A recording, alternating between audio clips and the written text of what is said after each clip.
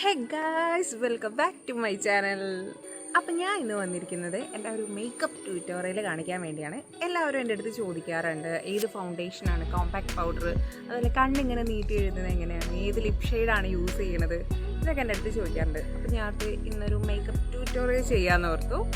അപ്പോൾ ഞാൻ നോർമലായിട്ട് ഇങ്ങനെ ഔട്ടിങ്ങിനും കാര്യങ്ങൾക്കൊക്കെ പോകുമ്പോൾ ചെയ്യുന്ന ഒരു മേക്കപ്പാണ് ഇന്ന് കാണിക്കാൻ പോകുന്നത്. ഫങ്ഷനൊക്കെ പോകുന്ന ടൈപ്പല്ല, നോർമലായിട്ടുള്ളത്. അപ്പോൾ ഫൗണ്ടേഷൻ ഞാൻ ഇപ്പം യൂസ് ആക്കണത് മാക്കിൻ്റെ ഫൗണ്ടേഷനാണ്. ഞാൻ ലാക്മിയുടെ യൂസ് ചെയ്യാറുണ്ട്, അതിന് നല്ല റിസൾട്ട് കിട്ടാറ്. ഇപ്പം എൻ്റെ കയ്യിലുള്ളത് മാക്കിൻ്റെയാണ്. അപ്പം ഞാൻ ചടപടിയെന്ന് പറഞ്ഞ് എങ്ങനെയാണ് പെട്ടെന്നൊക്കെ പോകുമ്പോൾ റെഡി ആവണമെന്ന് കാണാം. എനിക്ക് ബ്രഷും സ്പോഞ്ചൊക്കെ ക്ഷമാപൂർവ്വം നിന്ന് ചെയ്യാനുള്ള ഇതൊന്നും എനിക്കില്ല. വേഗം ചെയ്യണം. അപ്പം ഞാൻ എങ്ങനെ ചെയ്യണമെന്ന് കാണിച്ചു തരാം. ഇങ്ങനെ ഡോട്ട്സ് ഒന്ന് ഫേസിലൊക്കെ എല്ലായിടത്തും ഇട്ട് കൊടുക്കും. കണ്ണിൻ്റെ അവിടെയൊക്കെ ഇട്ട് കൊടുക്കുക. കണ്ണ് ഈ മൂക്കിൻ്റെ എവിടെയൊക്കെയാണ് വേണ്ടത് അവിടെയൊക്കെ ഞാൻ ഡോട്ട് ഇട്ട് കൊടുക്കും. പിന്നെ ഈ നെക്കിൻ്റെ ഇവിടെ നമ്മൾ ഫേസിൽ ചെയ്യുന്ന പോലെ തന്നെ നെക്കിലും ചെയ്യണം കേട്ടോ, എന്നാലേ നന്നായിട്ടുണ്ടാകത്തുള്ളൂ റിസൾട്ട്.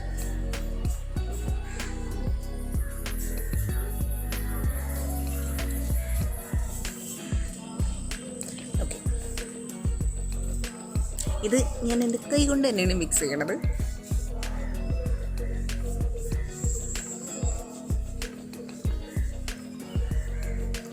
ഇതെല്ലായിടത്തും നന്നായിട്ടൊന്ന് സ്പ്രെഡ് ചെയ്ത് കൊടുക്കാം. നമുക്ക് കണ്ണിൻ്റെ മേളിലും ഈ സൈഡിലൊക്കെ നന്നായിട്ടൊന്ന് സ്പ്രെഡ് ചെയ്ത് കൊടുക്കാം. വേഗം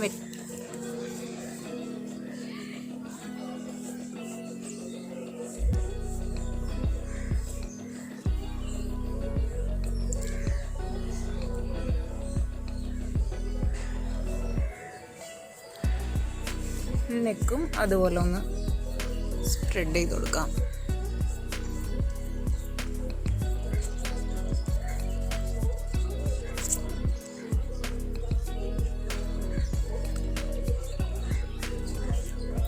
ഓക്കെ, നമ്മുടെ ഫൗണ്ടേഷൻ ഇട്ട് കഴിഞ്ഞുണ്ട്. അപ്പോൾ ഇനി നമുക്ക് കോമ്പാക്ട് പൗഡർ ഇടാം. അപ്പോൾ കോമ്പാക്ട് പൗഡർ വന്നിട്ട് ഞാൻ ലാക്മിയുടെയാണ് ഉപയോഗിക്കുന്നത്. വീറ്റിഷ് ടു ഡസ്കി സ്കിൻ, ആ ഒരു ഷെയ്ഡാണ് എനിക്കിഷ്ടം. എനിക്കെന്തോ ആ ഒരു ഷെയ്ഡ് ഇടുമ്പോഴാണ് കൃത്യമായിട്ട് എല്ലാം സെറ്റായിരിക്കുമെന്ന് തോന്നണത്. അപ്പം ഞാനത് കോമ്പാക്ട് പൗഡർ ഞാൻ ബ്രഷ് ഉപയോഗിച്ചാണ് ചെയ്യാറ്. ഞാൻ ഈ കവിളത്തൊക്കെ ഒന്ന് ഫസ്റ്റ് ഒന്ന് സ്പ്രെഡ് ചെയ്യും. അത് കഴിഞ്ഞിട്ട് ഞാൻ മെയിനായിട്ട് സ്പ്രെഡ് ചെയ്യണത് കണ്ണിലാണ്. എന്നാലാണ് ഐലൈനർ ഇടുമ്പോൾ ഒരുപാട് സ്പ്രെഡൊക്കെ ആവാതെ നല്ല ഭംഗിയിൽ കിട്ടത്തുള്ളൂ. പിന്നെ മൂക്കിൻ്റെ ഇവിടെ, ഇനി ലിപ്സിൻ്റെ ഇവിടെ, ഈ താടിയിലും, ഈ നെക്കിൻ്റെ ഇവിടെയും ഞാൻ ഇടാറുണ്ട് കേട്ടോ. അപ്പോൾ കോമ്പാക്ട് പൗഡർ ഇട്ട് കഴിഞ്ഞിട്ട് നമുക്കിനി ഐലൈനർ ഇടാം. അപ്പം ഐലൈനർ ഞാൻ ഐടെക്സ് ഡാസ്ലറിൻ്റെ കുഞ്ഞ് ഐലൈനർ അതാണ് ഉപയോഗിക്കാറ്. എനിക്ക് ഇത് നല്ല ഭംഗിയായിട്ട് എഴുതാൻ പറ്റാറുണ്ട്. അപ്പോൾ നമുക്ക് എങ്ങനെയാണ് നോക്കാം.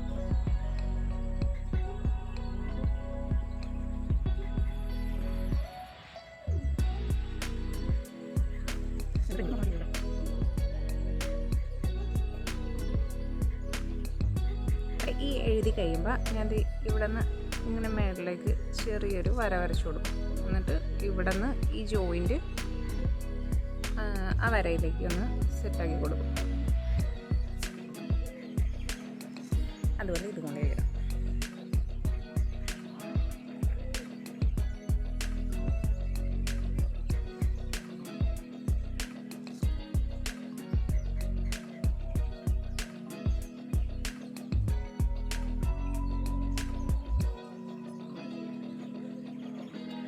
അപ്പോൾ കാജൽ സ്റ്റിക്ക് വന്നിട്ട് മാക്കിൻ്റെ കാജൽ ബ്ലാക്ക് എന്നുള്ള സ്റ്റിക്കാണ് ഞാൻ യൂസ് ആക്കാറ്.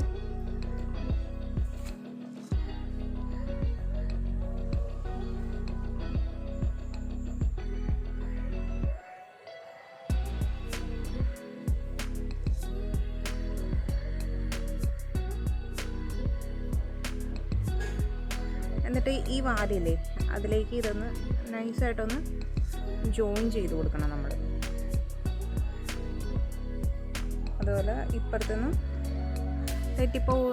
തെറ്റിപ്പോകുന്നുണ്ടെങ്കിലേ സ്റ്റാർട്ടിങ് ഈ ജോയിൻറ്റിൽ നിന്ന് അതങ്ങോട്ട് ജോയിൻറ്റ് ചെയ്ത് കൊടുക്കണം വാലിൽ നിന്ന്. എന്നാലാണ് നല്ല ഭംഗിയായിട്ട് കിട്ടുള്ളൂ.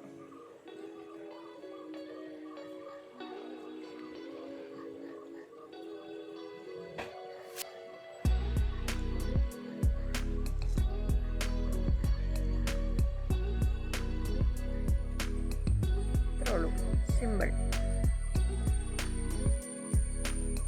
ഇതേ കണ്ടോ, ഈ ജോയിൻറ്റിൽ ഇവിടെ നിന്ന് ഇങ്ങോട്ടേക്ക് നൈസായിട്ട് അരച്ചു കൊടുക്കണം നമ്മൾ.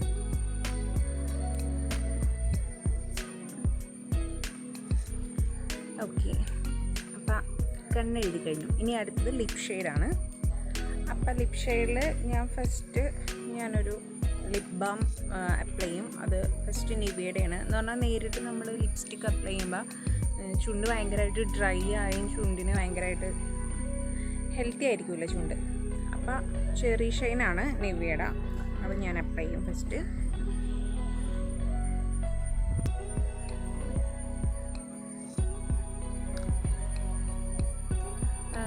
ഇത് അപ്ലൈ ചെയ്തിട്ട് പിന്നെ ഞാൻ ചെയ്യുന്ന ഷെയ്ഡ് എന്ന് പറയുന്നത് ഷുഗറിൻ്റെ പ്ലമ്യം 4 എന്നുള്ള ഷെയ്ഡാണ് ഞാൻ യൂസ് ആക്കുന്നത്.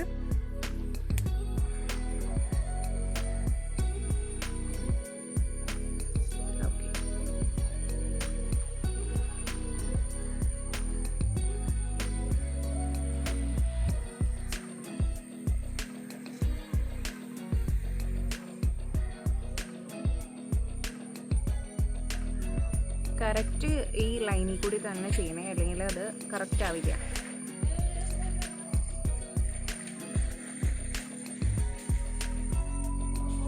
ഇത് നമ്മൾ ലിപ്സ് വെച്ച് തന്നെ ഇങ്ങനെ പ്രസ് ചെയ്ത് കൊടുത്താൽ മതി. 2 സൈഡും ഇങ്ങനെ നോക്കിയിട്ട് കറക്റ്റ് ഫില്ലായോ നോക്കണം.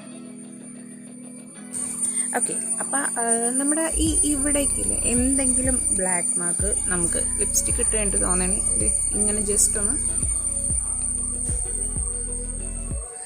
ബ്രഷ് ചെയ്ത് കൊടുത്താൽ മതി. അതുപോലെ ഈ ഐലൈനറിൻ്റെ കണ്ണെഴുതി കൊടുത്ത് ജസ്റ്റ് ഇങ്ങനെ പഫ് ചെയ്ത് കൊടുക്കാം. അപ്പം ഇതാണ് ഞാൻ സാധാരണയായിട്ട് ഔട്ടിങ്ങിനൊക്കെ പോകുമ്പോൾ റെഡി ആവാറ് കേട്ടോ. അല്ലാണ്ട് സാധാരണ എല്ലായിടത്തും പോകുമ്പോഴല്ല, ഔട്ടിങ്ങിനൊക്കെ ജസ്റ്റ് കറങ്ങാനും അല്ലാണ്ടുള്ള ഷോപ്പിങ് അങ്ങനെയുള്ള സംഭവങ്ങൾക്കൊക്കെ ആയിട്ട് പോകുമ്പോൾ റെഡി ആവാറ് ഇങ്ങനെയാണ്. സിമ്പിളല്ലേ. പിന്നെ മുടി വന്നിട്ട് നമ്മൾ ഈരുമ്പോൾ എപ്പോഴും തിക്കല്ലാത്ത ഹെയർ ആണ് എന്നുണ്ടെങ്കിൽ ഇതുപോലെ ചെറിയ പല്ലിൻ്റെ ചീപ്പ് ഉപയോഗിക്കുന്നതായിരിക്കും നല്ലത്. അപ്പോൾ ഇങ്ങനെ ഈരി വയ്ക്കുമ്പോൾ തന്നെ ഫ്രണ്ടിൽ നിന്നൊക്കെ നല്ല ഒതുങ്ങി നല്ല ഭംഗിയിലായിട്ട് ഹെയർ ഇരിക്കും. അപ്പോൾ അത് എപ്പോഴും ചെറുത് തന്നെയാണ് നല്ലത്. അപ്പോൾ എൻ്റെ ഇന്നത്തെ ഈ മേക്കപ്പ് ലുക്കും മേക്കപ്പ് ട്യൂട്ടോറിയലും നിങ്ങൾക്ക് ഇഷ്ടമായെന്ന് ഞാൻ വിചാരിക്കുന്നു. ഭയങ്കര ഈസി അല്ലേ, പ്രത്യേകിച്ച് ഒന്നുമില്ല. ഈ വാലൊക്കെ എപ്പോഴും എൻ്റെ അടുത്ത് ഫ്രണ്ട്സ് ചോദിക്കാറുണ്ട്, ഇത്ര കൃത്യമായിട്ട് എങ്ങനെയാണ് വാല എഴുതണേന്നൊക്കെ. അതാണ് ഞാൻ വീഡിയോ ഇട്ടത്. പിന്നെ എല്ലാവരും എൻ്റെ അടുത്ത് ചോദിക്കാറുണ്ട്, ഈ ഐലൈനർ ഇട്ടിട്ട് പുറത്തൊക്കെ പോയി വരുമ്പോൾ ഈ കൺമഷിയും ഡസ്റ്റും ഒക്കെ അടിച്ചിട്ട് ഭയങ്കരമായിട്ടിരിക്കും, ഓയിലി ആയിട്ടിരിക്കും. അപ്പോൾ അത് സോപ്പിട്ട് എത്ര കഴുകിയാലും പോകത്തില്ല, കണ്ണിൻ്റെ തടമൊക്കെ കറുത്തിരിക്കും എന്നൊക്കെ പറഞ്ഞ് എല്ലാവരും പറയാറുണ്ട്.